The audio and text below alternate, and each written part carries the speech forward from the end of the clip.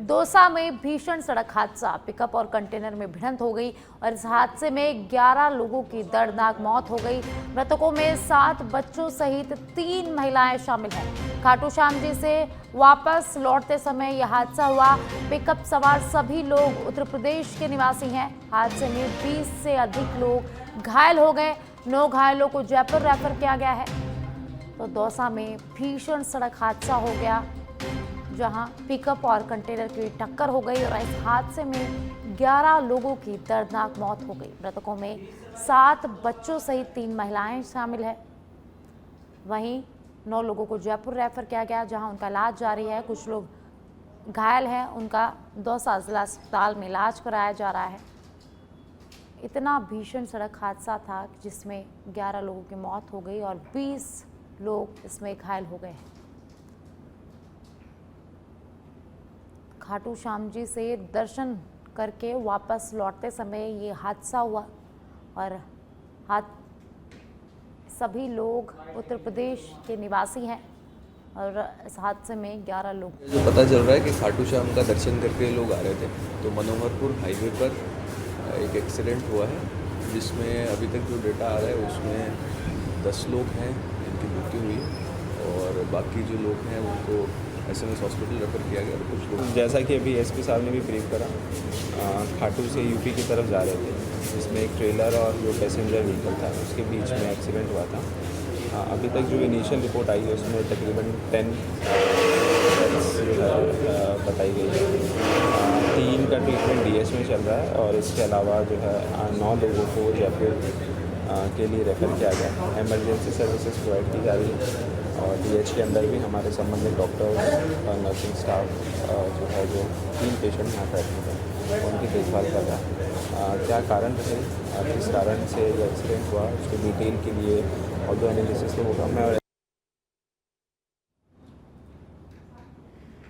2 महिलाएं हैं, उनके इंजरी तो है लेकिन ख़तरनाक नहीं है और हमारा यहाँ की जो मेडिकल टीम है उनको प्रॉपर्ली ट्रीट कर रही है, केयर कर रही है और मेरे दृष्टिकोण से उनको किसी प्रकार का कोई खतरा नहीं है।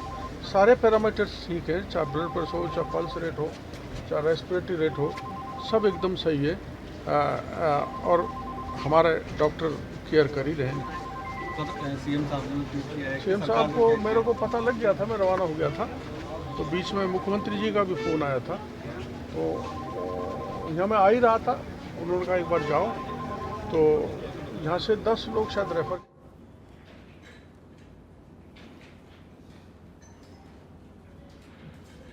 तो दौसा में सड़क हादसे से जुड़ी अपडेट। डॉक्टर किरोड़ीलाल मीणा दौसा अस्पताल पहुंचे। किरोड़ीलाल मीणा ने घायलों की कुशलक्षेम पूछी, डॉक्टरों को समुचित उपचार के यहाँ दिशा निर्देश दिए। उन्होंने कहा कि जहां पर यह हादसा हुआ वो ब्लैक स्पॉट है। दौसा से जयपुर तक करीब 4 जगहों पर ब्लैक स्पॉट है। सभी जगहों को चिन्हित NEA से किया जा रहा है। केंद्रीय सड़क परिवहन मंत्री नितिन गडकरी से मिलकर और प्रयास किए जाएंगे ताकि इस तरह की घटना दोबारा ना हो सके। तो मरीजों से मिलने के लिए मंत्री किरोड़ीलाल मीणा दौसा जिला अस्पताल पहुंचे, जहां उन्होंने मरीजों की कुशलक्षेम पूछी, डॉक्टरों को समुचित इलाज के निर्देश दिए।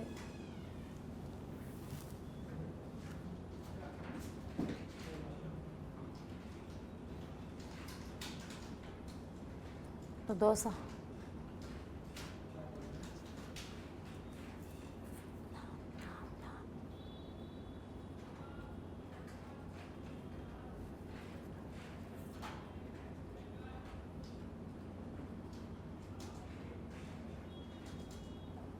और दौसा से मेरे सहयोगी विष्णु मेरे साथ लाइव जुड़ चुके हैं, उनके पास चलते हैं, रुक करते हैं। विष्णु, आप कहाँ मौजूद हैं और वहाँ घायलों की स्थिति अभी कैसी है?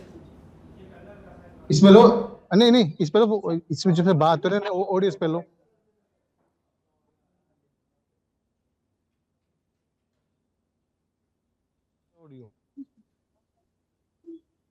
विष्णु, आप तक मेरी आवाज पहुंच पा रही है?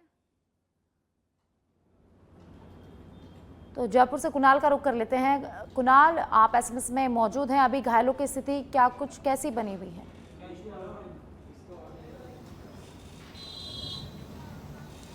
देखिए, विशेष टीम जो है चिकित्सकों की, उनकी देखरेख में जो 8 घायल, जो गंभीर रूप से घायल थे, जिनको दौसा से रेफर किया गया था, उनकी जो है चिकित्सकों की देखरेख में देखभाल की जा रही है। अभी सभी की हालत जो है स्थिर बताई जा रही है और सभी जो है खतरे से बाहर इस समय बताए जा रहे हैं, क्योंकि जिस तरह से ये हादसा हुआ उसके बाद इस पूरे हादसे में 7 बच्चों सहित 3 महिलाओं की मौत हो गई थी और इनमें से जो गंभीर रूप से घायल थे 8 लोग, उनको एसएमएस अस्पताल के ट्रॉमा सेंटर में जो है रेफर किया गया था और यहाँ पर उनका इलाज जो है लगातार यहाँ पर जारी है। चिकित्सकों की देखरेख में यहाँ पर इलाज किया जा रहा है। वहीं हम बात करें तो 7 जो है जिनको माइनर चोटें आई थी, उनका जो है जिला अस्पताल दौसा में जो है इलाज चल रहा है और उनकी भी जो स्थिति है अभी जो है खतरे से बाहर यहाँ पर बताई जा रही है। साक्षी, एसएमएस में कोई इन मरीजों से मिलने पहुंचा अभी तक?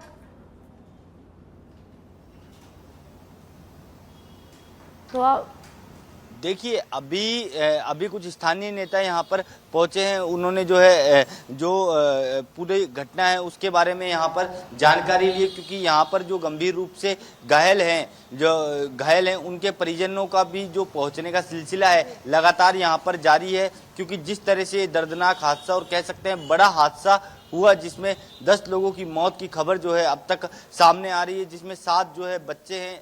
बताया जा रहा है कि अभी जो है जो दौसा पुलिस है वो अभी, क्योंकि ये सभी जो लोग हैं वो उत्तर प्रदेश के एटा के बताए जा रहे हैं, वहाँ के स्थानीय लोगों से जो है जो इनके परिजन हैं उनसे यहाँ पर संपर्क करने का प्रयास यहाँ पर किया जा रहा है। कई लोगों से संपर्क यहाँ पर किया जा चुका है और उन लोगों से संपर्क करने के बाद जो इस पूरे घटना के बारे में जो है जानकारी दी गई है। कई लोगों के परिजनों को जो है अभी जानकारी देना बाकी है। अभी जो इलाज है वो यहाँ पर जारी है और क्योंकि अभी जो गंभीर रूप से घायल है उनके लिए अच्छी बात ये है साक्षी की अभी उनकी हालत जो है खतरे से बाहर यहाँ पर बताई जा रही है। विशेष रूप से जो डॉक्टरों की टीम है उनकी निगरानी में लगातार यहाँ पर इलाज उनका जारी है। जी कुणाल, आप मेरे साथ बने रहिएगा। मैं दौसा से विष्णु का रुख करते हैं। विष्णु, दौसा में जो मरीज एडमिट है उनकी क्या स्थिति है अभी?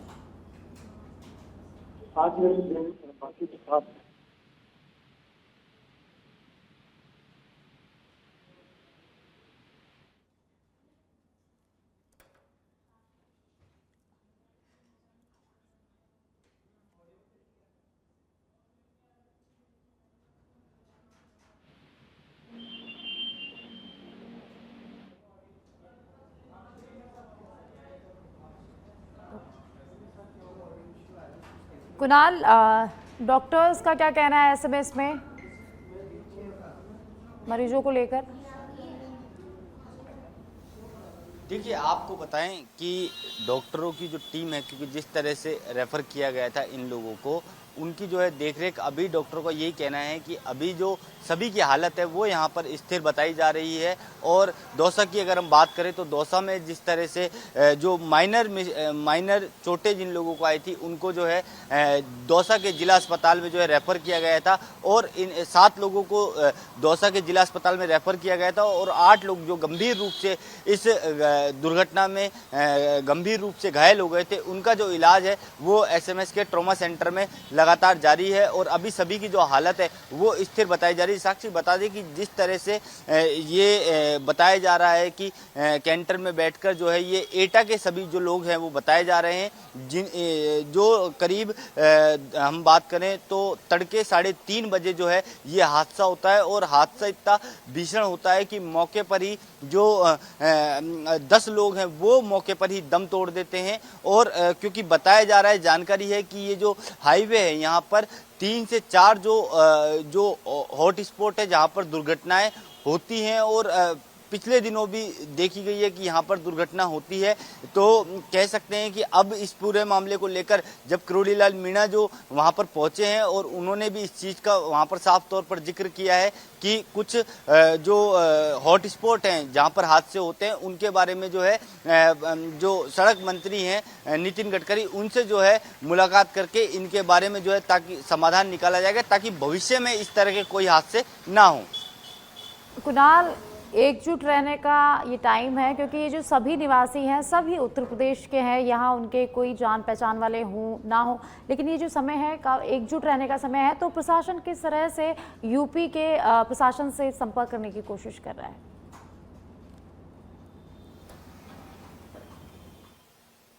देखिए, क्योंकि जिस तरह से इन लोगों की पहचान हो पाई है, उस पहचान के आधार पर ये जो तमाम निवासी हैं उनकी जो पहचान है वो एटा, उत्तर प्रदेश के एटा के रूप में इन लोगों की पहचान हुई है। सभी जो निवासी हैं वो एटा के निवासी बताए जा रहे हैं। जो एटा का प्रशासन है, जिला प्रशासन है, उनके माध्यम से जो दौसा का जिला प्रशासन है वो लगातार इन लोगों के संपर्क में है, और जो भी जानकारी, जो भी पहचान इन लोगों की मिली है उसके आधार पर लगातार जो है इनकी जो पहचान करने के प्रयास की जा रही है। और जिला प्रशासन की मदद से एटा में जो इनके परिवारजन हैं उनसे लगातार यहाँ पर संपर्क करने का प्रयास किया जा रहा है। वहीं बता दें कि इस पूरी घटना के बाद जिस तरह से ये दुर्घटना हुई और इतने बड़ी संख्या में जो लोगों की मौत हुई इस घटना के बाद, तो आप ये देखिए कि राज्यपाल द्वारा जो है संवेदना व्यक्त की है। मुख्यमंत्री भजनलाल शर्मा ने इस पूरी घटना पर जो है संवेदना व्यक्त की है। घटना की गंभीरता को देखते हुए खुद मंत्री किरोड़ीलाल मीणा जो है दौसा में पहुंचे हैं, और वहां पर जो आप हमारे साथ बने रहिए। दौसा से विष्णु का रुख कर लेते हैं। विष्णु, दौसा में जो मरीज सड़क हादसा हो गया, पिकअप और कंटेनर में भिड़ंत हो गई, जिसमें 11 लोगों की मौत हो गई और 20 के लगभग लोग इसमें घायल हो गए हैं।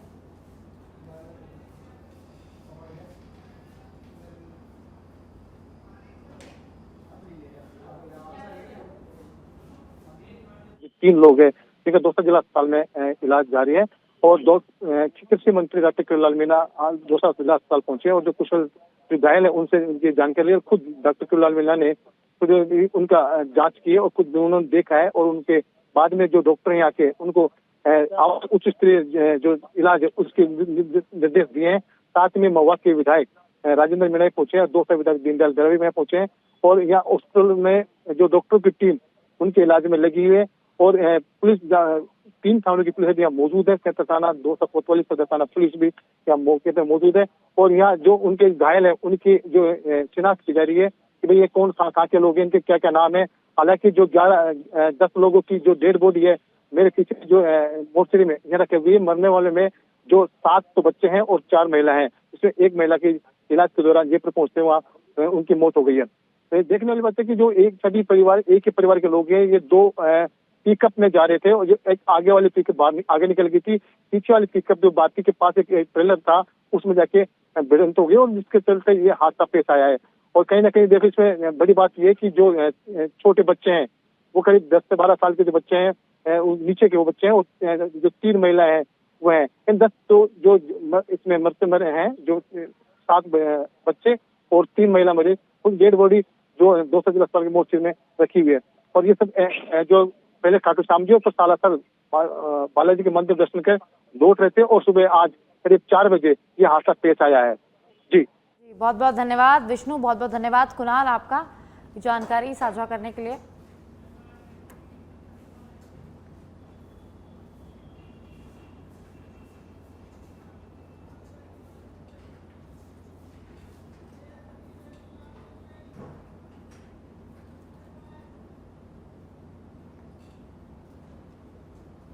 तो दौसा में भीषण सड़क हादसा हो गया, जिसमें 11 लोगों की मौत हो गई, 20 से ज़्यादा। दौसा में हुए सड़क हादसे पर राज्यपाल की शोक संवेदना। राज्यपाल हरिभाऊ बागड़े ने दौसा में हुए भीषण सड़क हादसे पर गहरा शोक व्यक्त किया है। उन्होंने ईश्वर से मृतकों की पुण्यात्मा की शांति और शोक संतप्त परिजनों को यह दुख सहन करने की शक्ति प्रदान करने की कामना की है। उन्होंने हादसे में घायलों के जल्द से जल्द स्वस्थ होने की भी कामना की है। तो दौसा में भीषण सड़क हादसा हो गया, और दौसा में हुए सड़क हादसे को लेकर राज्यपाल ने शोक संवेदना व्यक्त की है। राज्यपाल हरिभाऊ बागड़े ने दौसा में हुए भीषण सड़क हादसे पर गहरा शोक यहाँ व्यक्त किया है। उन्होंने ईश्वर से मृतकों की पुण्य आत्मा की शांति और शोक संतप्त परिजनों को यह दुख सहन करने की शक्ति प्रदान करने की कामना की है। वहीं उन्होंने हादसे में घायल लोगों के जल्द स्वस्थ होने की भी कामना की। उत्तर प्रदेश सब इंस्पेक्टर भर्ती 2025 की घोषणा 4,543 पदों पर निकाली गई सब इंस्पेक्टर की भर्ती। उत्तर प्रदेश की सब इंस्पेक्टर भर्ती में इंटरव्यू नहीं होगा और फिर राजस्थान के एसआई भर्ती 2025 में इंटरव्यू क्यों? बता दें कि मोदी सरकार 2015 में ही फैसला कर दिया था। केंद्र की सेवाओं से इंटरव्यू खत्म करने का फैसला ले चुकी है। मोदी सरकार फैसला 14 राज्यों और दिल्ली सहित केंद्र शासित प्रदेशों में नहीं है इंटरव्यू। केंद्र की CBI sub inspector, NIA sub inspector और दिल्ली सब इंस्पेक्टर भर्ती में नहीं होते इंटरव्यू। ऐसे में अब हो रही राजस्थान सब इंस्पेक्टर भर्ती 2025 में इंटरव्यू खत्म करने की मांग करी जा रही है। तो ज़्यादा जानकारी के लिए मेरे सहयोगी कुणाल मेरे साथ जुड़ चुके हैं। कुणाल, उत्तर प्रदेश की सब इंस्पेक्टर भर्ती की लेकर घोषणा कर दी गई है, लेकिन राजस्थान में इंटरव्यू होते हैं और वहाँ नहीं, तो क्या कुछ जानकारी है? देखिए, आपको बता दें कि मोदी सरकार ने अपने पहले कार्यकाल में ये निर्णय लिया था कि सेंट्रल की जो बी, सी और डी ग्रेड की भर्ती होंगी उनमें जो है इंटरव्यू जो प्रथा जो है खत्म की जाएगी, क्योंकि इन इंटरव्यू में कई बार देखा जाता है कि मिलीभगत और साठगांठ से जो है काम किया जाता है और भ्रष्टाचार इन इंटरव्यू के माध्यम से होता है। ऐसे में जो छोटी भर्ती है उनके लिए जो है इंटरव्यू सेंट्रल की जो जॉब है उनसे खत्म किया गया था। ऐसे में कई राज्यों में हम बात करें 14 राज्यों सहित दिल्ली सहित 5 केंद्र शासित प्रदेशों में जो है इंटरव्यू नहीं होते हैं इन ग्रेड की भर्तियों में। दूसरी तरफ अगर हम बात करें तो NIA sub inspector, CBI sub inspector और दिल्ली पुलिस सब इंस्पेक्टर, ये बड़ी जो है पोस्टें होती हैं, इनमें भी जो है इंटरव्यू की प्रथा जो है नहीं है। ऐसे में कल उत्तर प्रदेश सरकार के द्वारा 4,000 से ज्यादा जो है भर्तियां निकाली गई है सब इंस्पेक्टर के लिए। ऐसे में इस नोटिफिकेशन में इंटरव्यू का जिक्र नहीं किया गया है। सवाल ये खड़ा हो रहा है कि राजस्थान में भी सब इंस्पेक्टर भर्ती जो हो रही है, ऐसे में युवा जो है मांग कर रहे हैं कि जो राजस्थान में सब इंस्पेक्टर भर्ती हो रही है जैसे बाकी राज्यों और केंद्र शासित प्रदेशों में नहीं है, केंद्र सरकार की बड़ी जो भर्तियां उनमें इंटरव्यू नहीं है। ऐसे में राजस्थान में जो सब इंस्पेक्टर भर्ती में इंटरव्यू होते हैं उसको सरकार खत्म करे। जी, बहुत बहुत धन्यवाद कुणाल जानकारी के लिए।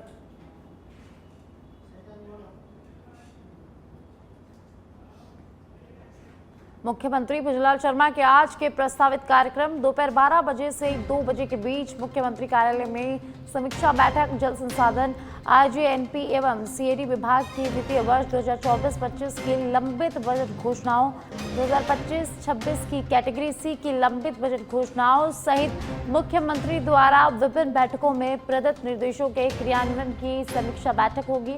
उसके बाद दोपहर 3 बजे सीएमओ में ऊर्जा विभाग की समीक्षा बैठक होगी और फिर शाम को 5 बजे भरतपुर के विकास के संबंध में सीएमओ में मुख्यमंत्री भुजलाल शर्मा आज बैठक लेंगे।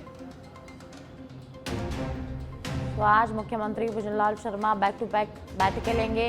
दोपहर 12 बजे से 2 बजे के बीच मुख्यमंत्री कार्यालय में समीक्षा बैठक होगी।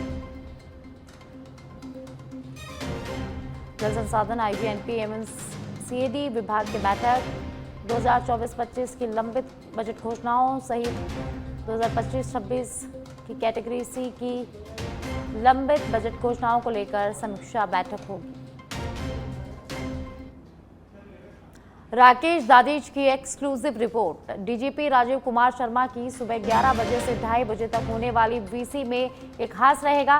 कई बिंदुओं पर आज विस्तृत चर्चा यहां होगी। प्रकरणों का समयबद्ध निस्तारण, प्रकरणों का 60 व 90 दिवस में निस्तारण की स्थिति व इस संबंध में चर्चा होगी। विधि विज्ञान विशेषज्ञ द्वारा घटनास्थल का निरीक्षण, 7 वर्ष व 7 वर्ष से अधिक सजा के दर्ज प्रकरणों के घटनास्थल का विधि विज्ञान विशेषज्ञ से निरीक्षण की वर्तमान स्थिति व भविष्य की कार्य योजना पर चर्चा होगी। अपराध कार्य प्रणाली ब्यूरो द्वारा घटनास्थल का निरीक्षण पर चर्चा की जाएगी। ई साक्ष्य, कुल ई साक्ष्य पर व भारतीय न्याय संहिता के प्रकरणों बनाए गए ई साक्ष्य पर भी चर्चा होगी। ई सम्मन समीक्षाधीन अवधि में ई सम्मन की इलेक्ट्रॉनिक तामील, व्यक्तिगत तामील, नॉन कंप्लायंस व ई माध्यम से प्राप्त जमानती वारंटों की तामील व नॉन कंप्लायंस जमानती वारंटों के संबंध में भी चर्चा होगी। 0 एफआईआर, राज्य के अन्य थानों से प्राप्त 0 एफआईआर दर्ज करने में लगने वाले समय, राज्य के बाहर अन्य राज्यों से प्राप्त 0 एफआईआर दर्ज करने बाहरी राज्यों को भेजी गई जीरो एफआईआर को सीआरआई एमएससी से भेजे जाने के संबंध में भी चर्चा होगी। ईएफआईआर के संबंध में चर्चा की जाएगी और आपराधिक गतिविधियों से अर्जित संपत्ति की कुर्की, जब्ती एवं वापसी द्वारा 107 बीएनएसएस की कार्रवाई की वर्तमान स्थिति पर भी चर्चा होगी। संगठित अपराध धारा 111 व 112 बीएनएस पर चर्चा होगी। धारा 113, 103(1) व 103(2) बीएनएस पर चर्चा होगी। उद्घोषित अपराधी की अनुपस्थिति में जांच, विचारण एवं निर्णय धारा 356 बीएनएसएस पर चर्चा होगी। सीआरआई एमएससी पोर्टल के उपयोग के संबंध में भी यहाँ चर्चा होगी। ऑनलाइन एमएलसी पर चर्चा होगी। NAFIS गिरफ्तारी व्यक्तियों के फिंगरप्रिंट लेने व अपलोड करने की प्रगति, घटनास्थल से चांस प्रिंट लेने व मिलान किए जाने चांस प्रिंट पर भी चर्चा होगी। पेंडेंसी पर यहाँ चर्चा होगी। NDPS एक्ट में 173(8), CRPC 193(9) BNSS के पेंडिंग प्रकरण, NDPS एक्ट की धारा 27A व 30 के पेंडिंग प्रकरण, धारा 68F एवं पिट NDPS एक्ट की कार्रवाई पर चर्चा होगी। सक्रिय हार्डकोर अपराधियों के विरुद्ध की गई कार्रवाई पर भी यहाँ चर्चा होगी।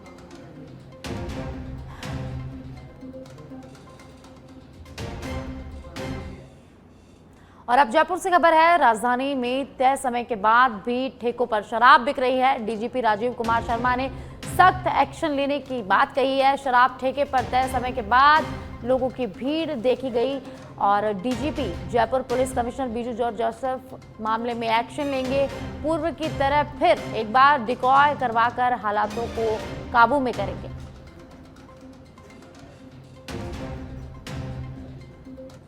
बूंदी के हिंडोली में तेज रफ्तार का कहर। NH52 पर अज्ञात वाहन ने टेम्पो को टक्कर मार दी। हादसे में 2 महिला, 1 पुरुष और 3 बच्चे गंभीर रूप से घायल हो गए हैं। घायलों को हिंडोली अस्पताल में भर्ती कराया गया है और उनका जहां इलाज चल रहा है। हादसे के बाद टेम्पो चालक मौके से फरार हो गया। हिंडोली पुलिस ने कार्रवाई शुरू कर दी है। तो बूंदी के हिंडोली में तेज रफ्तार का कहर। NH52 पर अज्ञात वाहन ने टेम्पो को टक्कर मार दी। स्वतंत्रता दिवस से पहले झुंझुनू में देशभक्ति का अद्भुत नजारा देखने को मिला। शहीद कर्नल JP जानू स्कूल से लेकर शहीद स्मारक तक पूर्व सैनिकों और स्कूली छात्र छात्राओं ने तिरंगा रैली निकाली। पूर्व सैनिकों ने बताया कि इस रैली का उद्देश्य हर घर तिरंगा, घर घर तिरंगा अभियान को जन जन तक पहुंचाना है। उन्होंने कहा कि यह आज़ादी हमें शहीदों और स्वतंत्रता सेनानियों के अथक संघर्ष और बलिदान के बाद मिली है। रैली में शामिल बच्चों ने भी तिरंगा लहराकर देशभक्ति के नारे लगाए। शहीद स्मारक पर पहुंचकर सभी ने शहीदों को श्रद्धांजलि दी और उनके बलिदान को नमन किया। घर घर तिरंगा अभियान के तहत जैसा कि जानते हो देश में प्रोग्राम चल रहे हैं और प्रशासन की तरफ से भी निर्देश हैं। उसके अलावा पिछले साल और पिछले सालों से प्रोग्राम लगातार चल रहा है। उसी के तहत हमने भी भूतपूर्व सैनिकों ने JP जानू स्कूल से रैली निकाली और JP जानू स्कूल से रैली निकालकर और यहाँ शहीद स्मारक पर आए हैं। शहीदों को जो है हमने यहाँ पर नमन किया है, क्योंकि हम सब जानते हैं कि हमारे शहीदों के बलिदान, हमारे सैनिकों के बलिदान की वजह से हम लोग जो है शांति से, आराम से जो हमारे देश। जोधपुर से खबर है, जहां राज्य स्तरीय स्वतंत्रता दिवस समारोह आज हो रहा आयोजन। फुल ड्रेस संभागीय आयुक्त डॉक्टर प्रतिभा सिंह नेतृत्व कर रही हैं। राज्य स्तर स्वाधीनता दिवस समारोह के अंतिम पूर्वाभ्यास का नेतृत्व कर रही हैं। डमी CM के रूप में नेतृत्व कर रही हैं। गौरव पथ स्थित शहीद स्मारक पर शहीदों को श्रद्धांजलि दी गई। बरकतुल्लाह खान में स्टेडियम में ये ध्वजारोहण किया गया। परेड की ले रही सलामी, परेड के निरीक्षण के साथ कार्यक्रम आगे बढ़ रहा। अंतिम पूर्वाभ्यास के पश्चात तैयारियों की समीक्षा होगी। सभी संबंधित अधिकारियों को आवश्यक व्यवस्थाएं दी गई है।